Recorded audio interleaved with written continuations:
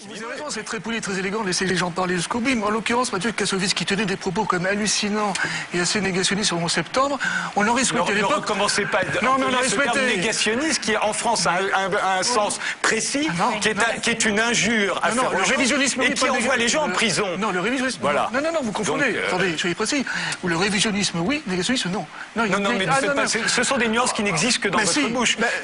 Les négationnistes en France, monsieur Revel, sont des gens qui nient l'existence des chambres à gaz, c'est interdit par la loi, on les met en prison. On peut réviser. Donc, de dire ça de quelqu'un comme Mathieu Kassovitz, qui en l'occurrence là n'a fait qu'émettre des doutes sur le 11 septembre, qui à ma connaissance, en France, je vous le rappelle, et c'est dans la Constitution, tout ce qui n'est pas interdit est autorisé. Que vous vouliez envoyer les gens en prison parce qu'ils doutent du 11 septembre, ça vous est réservé. Mais ne l'imposez pas, ou alors écrivez à votre député. Dites-leur emprisonnez. Je vous dis simplement qu'à l'époque, on aurait souhaité que vous interveniez dans le débat, vous avez laissé parler ce type qui tenait des propos hallucinants, pardonnez-moi, et là-dessus, je considère que vous n'avez pas tenu votre rôle. Alors, voilà, pour en finir avec cette affaire, sur ce plateau, si vous l'aviez vu et si vous n'étiez pas contenté d'écouter la radio le lendemain, ou alors vous êtes un désinformateur parce que vous avez oublié de le dire dans tous vos commentaires du lendemain, Mathieu Kassovitz était sur ce plateau, effectivement, je lui ai demandé, question très précise, est-ce que ce débat est intéressant, est-ce qu'il mérite qu'on le sorte d'Internet et qu'on le mette à la télévision?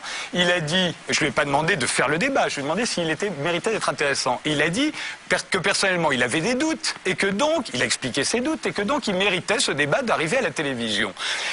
Ce n'est pas à moi de lui répondre, c'était aux gens qui étaient sur ce plateau qui n'y ont pas manqué. Je vous rappelle que sur ce plateau, il y avait Hélène Cixous, il y avait comment s'appelle-t-il, ce grand écrivain albanais dont le nom m'échappe, Ismaël Kadaré, qui lui a dit que c'était tout à fait une erreur, qu'il se trompait. Il y avait Marine Karmitz, qui lui a dit qu'il fallait faire attention parce que ce genre de raisonnement pouvait mener à et il y avait Hélène Cixous qui donc lui a dit elle aussi qu'elle n'était pas d'accord. Il faudrait que moi, Frédéric Taddy, animateur de ce débat, je vienne et que je remette une couche. Vous avez un rôle de modérateur, mais sans agressivité aucune.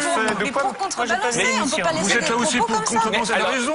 Écrivez tous les deux. Non mais je voudrais que tout ça soit très clair. Écrivez tous les deux à votre député. Demandez-lui qu'il mette une loi au Parlement qui interdise de remettre en cause le 11 septembre tel que nous nous... C'est vis-à-vis des spectateurs. Quelqu'un sur un poste de télévision, c'est pas outrancé que de dire qu'un animateur de télévision peut de temps en temps prendre la parole. Est-ce que ici vous avez un rôle de modérateur? Est-ce que ici l'un d'entre vous un jour a émis des doutes sur l'assassinat de John Fitzgerald Kennedy tel qu'on nous l'a raconté? Et dans ces cas-là, il faudrait que dans mon émission, si quelqu'un disait qu'il avait des doutes sur John... Ah monsieur, quelle honte! Comment vous dire ça? Renaud Revel demain matin à la radio va se plaindre. Pardonnez-moi, mais peut-être que j'ai une mauvaise perception, mais à l'inverse, je vous trouve quand même très sûr de vous. Quand même. Ah ben non, moi je ne suis pas sûr de moi. Moi j'écoute les gens qui me parlent et je respecte la loi. Ah bah non, alors là, Frédéric, vous l'avez répondu comme quelqu'un sûr de lui. Mais non, je lui dis qu'ils ont de la chance d'être si sûrs d'eux que ça... Excusez-moi, mais vous laissez aucun espace entre... on trouve que c'est très bien votre émission et entre un éventuel petit reproche. Aucun espace. Soit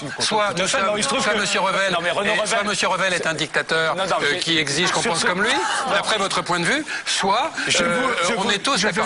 Quand même, excusez-moi si je peux finir, quand même, en un mot, il est possible malgré tout de dire ah oui, vous dites ça, mais vous savez que telle et telle enquête, on dit voilà, c'est ce que voulait dire, je crois, Renaud Revel. Sur des faits objectifs, c'est-à-dire si vous me dites 90 millions de personnes sont mortes pendant le tremblement de terre haïtien, je vous dirais écoutez, pour l'instant, on n'en est qu'à temps, mais je ne vous porterai pas la contradiction comme si je faisais partie du débat.